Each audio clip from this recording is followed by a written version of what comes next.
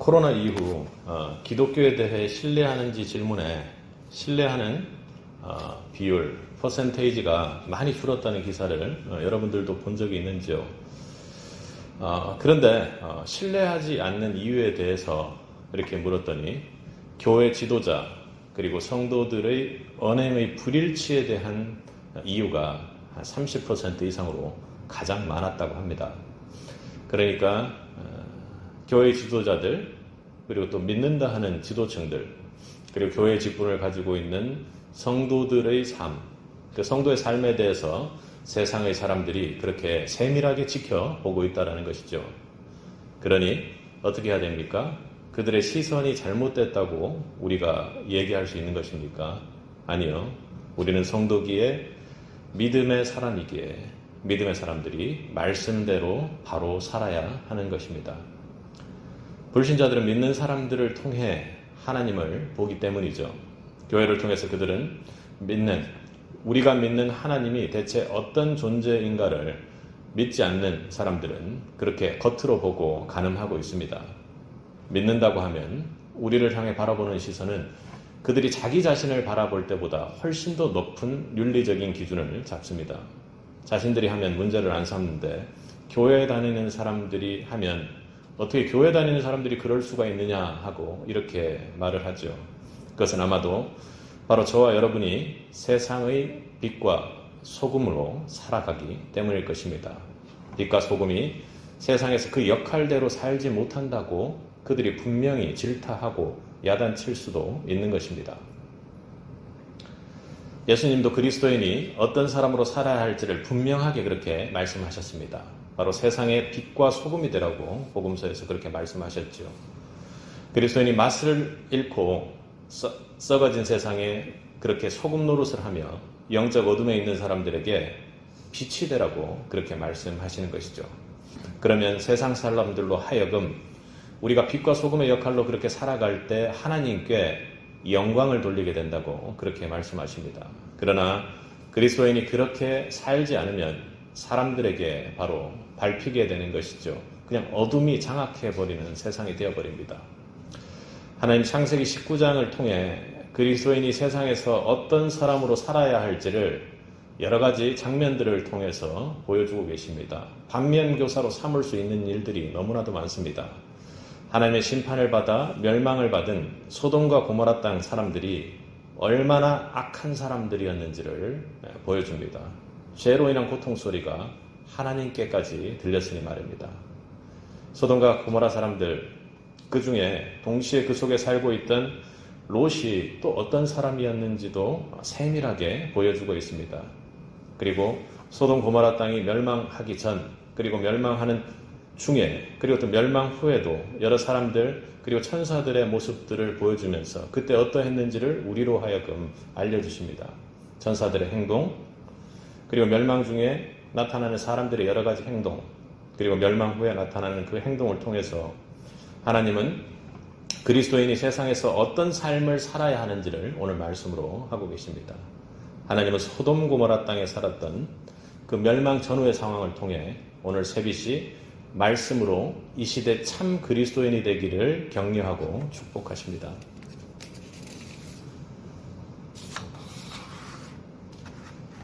한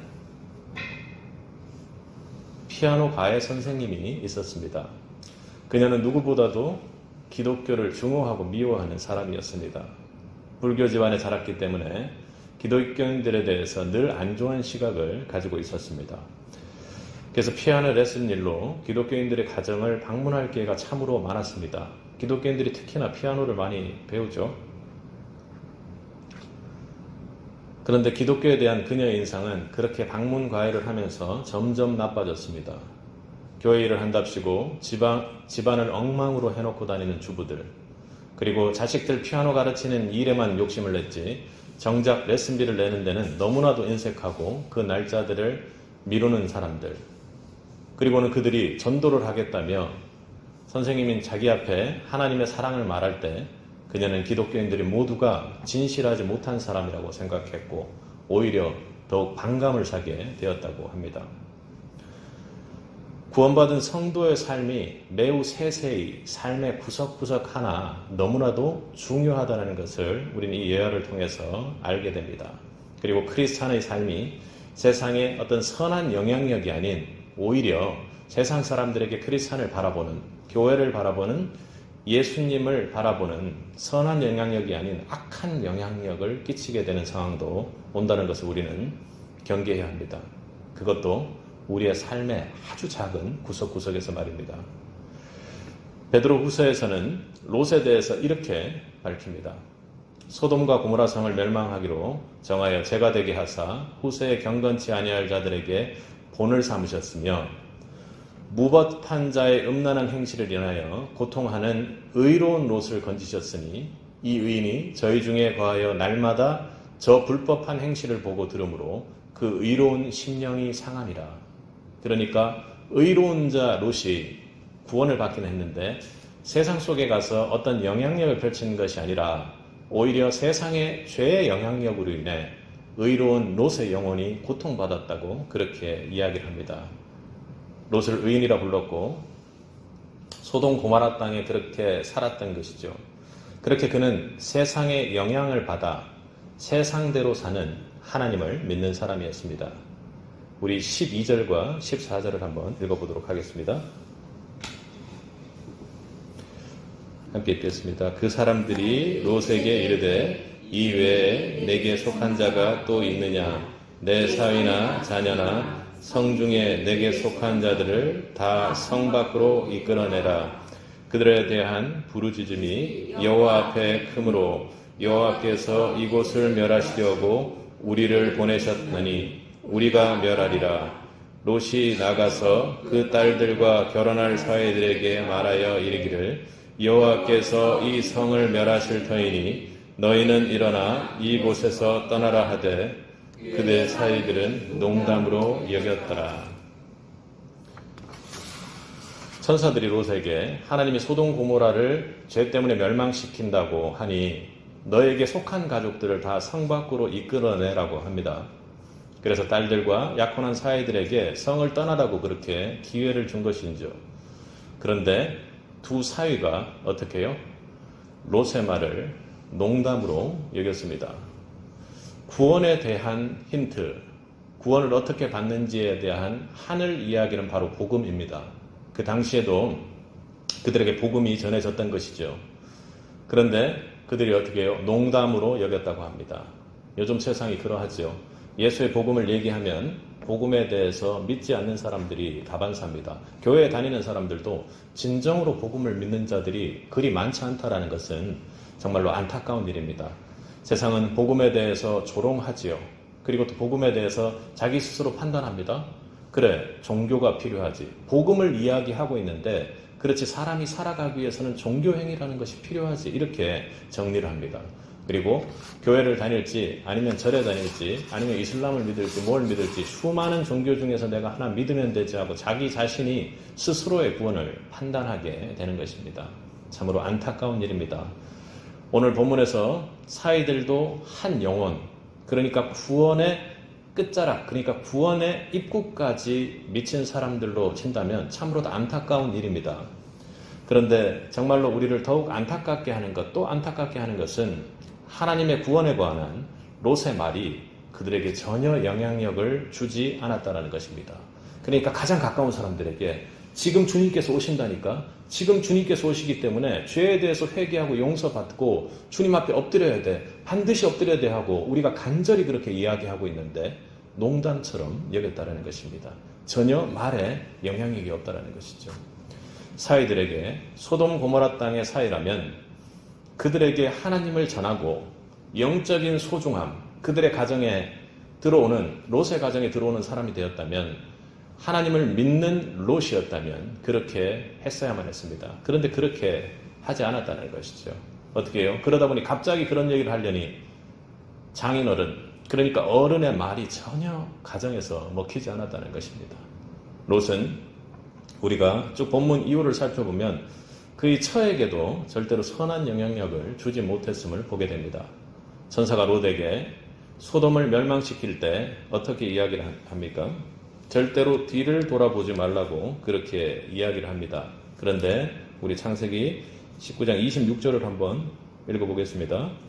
롯의 아내는 뒤를 돌아보았으므로 소금 기둥이 되었더라.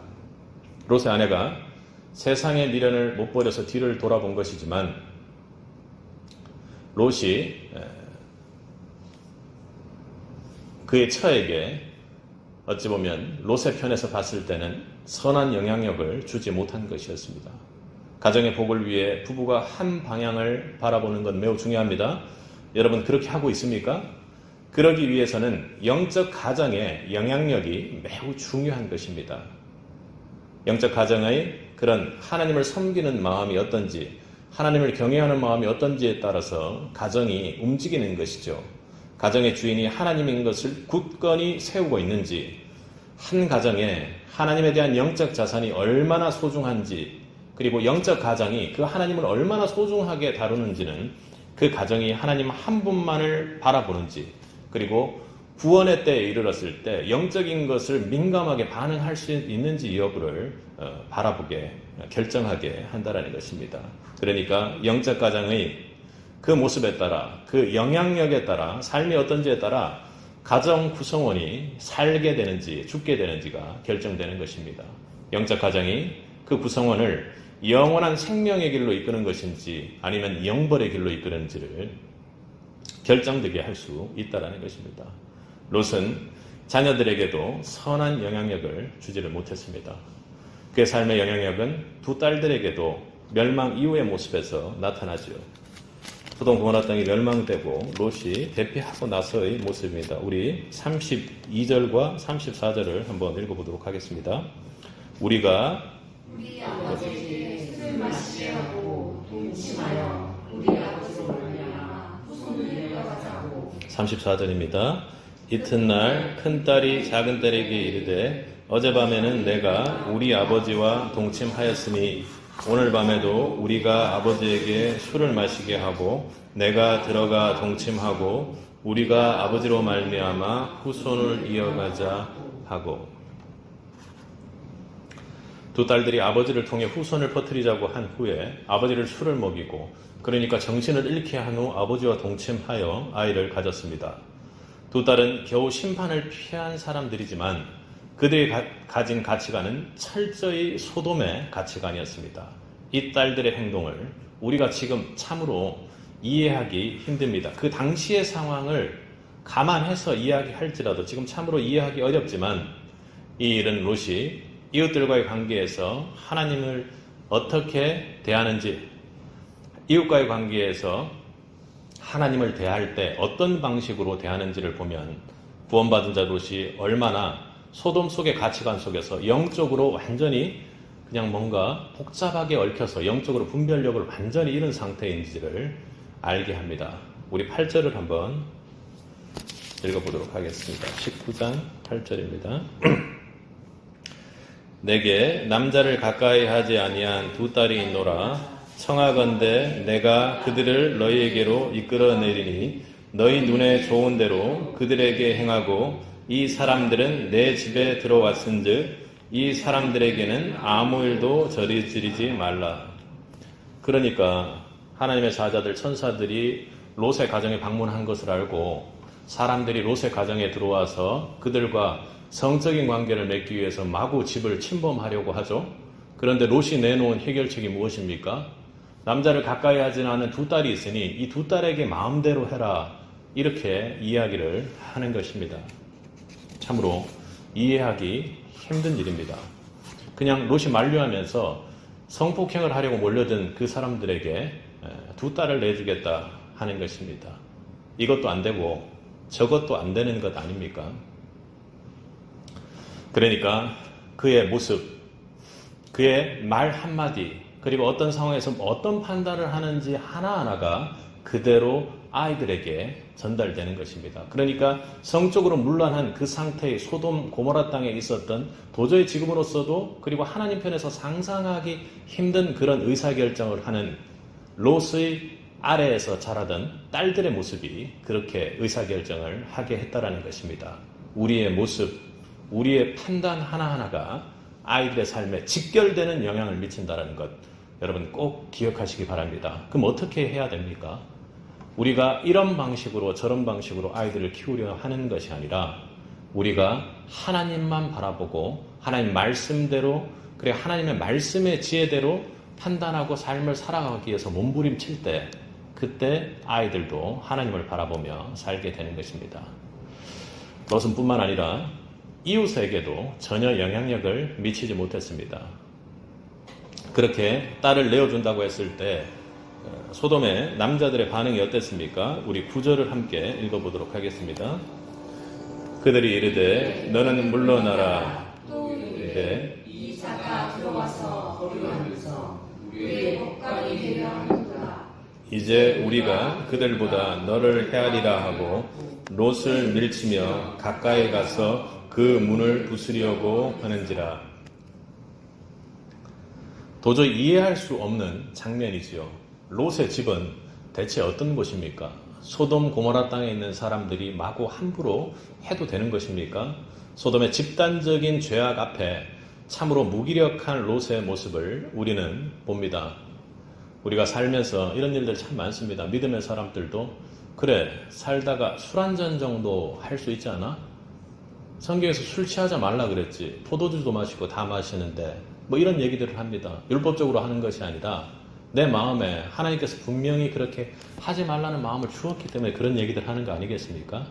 사업할 때도 마찬가지입니다. 다들 그렇게 하는데 하지만 다들 그렇게 한다 할지라도 하나님 뜻에 맞지 않다면 사업하는 자들은 끝끝내 목에 칼이 들어와도 하나님 뜻에 따르며 사업의 삶을 살아야 하는 것입니다. 그리고 교회가 복음을 전파하고 영혼 구원의 목적이 있는 것입니다. 교회 성도들이 교제하고 말씀을 나누는 것이 분명히 중요합니다만 교회가 존재의 목적을 잃고 정말로 지역 공동체 그리고 커뮤니티처럼 변해간다는 것은 참으로 안타까운 일입니다. 롯은 자기가 사는 이웃에게 전혀 영향을 미치지 못했습니다. 집단이 죄로 갈 때 어떻습니까? 전체적으로 그냥 다수가 죄의 길로 가는 그런 상황일 때 교회가 거기에 휩쓸려가는 것은 매우 안타까운 일입니다. 교회는 구원과 영혼과 은혜의 삶을 이야기하는 것이지 교회 안에서 자신의 삶 그리고 자신의 삶 속에서 일어났던 지혜를 이야기하는 곳이 아니라는 것을 여러분 꼭 명심하시기 바랍니다. 시대가 참으로 두려운 상황입니다. 우리가 함께 성도로서 이 교회를 사역해 나가고 있는 것이지만 동성애 그리고 지금 학교에서 일어나는 교육의 모습들 세상이 어떻게 변할지 모르는 상황입니다. 그런 상황 속에서 정말 세상의 사람들이 혹은 세상의 다음 세대들이 우리 교회를 통해서 영혼 구원을 받기 위해서 물밀듯이 밀려왔을 때 우리가 어떤 중심을 가져야 하는지가 오늘 본문을 통해서 알게 하는 것입니다. 여러분 구원받은 그리스도인이라면 참으로 세상이 어떤 모습을 가질지라도 주님께서 말씀하셨던 세상의 빛과 소금의 역할을 해야 하는 것입니다. 그러나 구원받은 그리스도인들도 얼마든지 오늘 본문의 롯처럼 세상에 선한 영향력을 주지 못하고 버려진 소금처럼 숨겨진 빛처럼 살 수 있음을 우리는 경계하고 주의해야 합니다. 빛과 소금이 안 되는 경우들이 참이 많습니다. 우리에게 하나님은 은혜로 가정을 주셨습니다. 아이들과 배우자의 관계에서 여러분의 모습들을 한번 돌아보십시오. 그냥 처참하게 무너져 있지는 않을 것입니다. 막장 가정처럼 그렇게 돼 있지는 않을 거예요. 그러나 결정적인 상황에서 하나님을 뒤로 하고 있는 모습이 없는지를 돌아보아야 합니다. 그런 경우 우리의 아이들도 절대로 영적 영향력을 펼치며 삶을 살아갈 수 없다는 거 여러분 꼭 기억하십시오. 이웃과의 사이에서 세상 영향력을 내가 따라간다면 절대로 영적 영향력을 그에게 줄 수 없으며 복음을 전해도 그들이 농담처럼 여길 거라는 겁니다. 내 가정과 이웃에 전혀 영적인 열매를 우리가 맺고 있지 못하다면 오늘 우리가 이 시대의 롯임을 철저히 회개하고 돌아 다시 하나님께로 나아가야 하는 것입니다.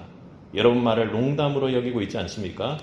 그리고 세상이 여러분의 영적인 영역까지 문을 부수고 들어오는지를 반드시 확인하고 돌아보셔야 합니다. 철저히 하나님 말씀과 기도로 무장하고 중심을 잡고 있지 않는다면 언제 어디서 어떤 영적 공격이 일어날지 모른다는 거 여러분 기억하시기 바랍니다.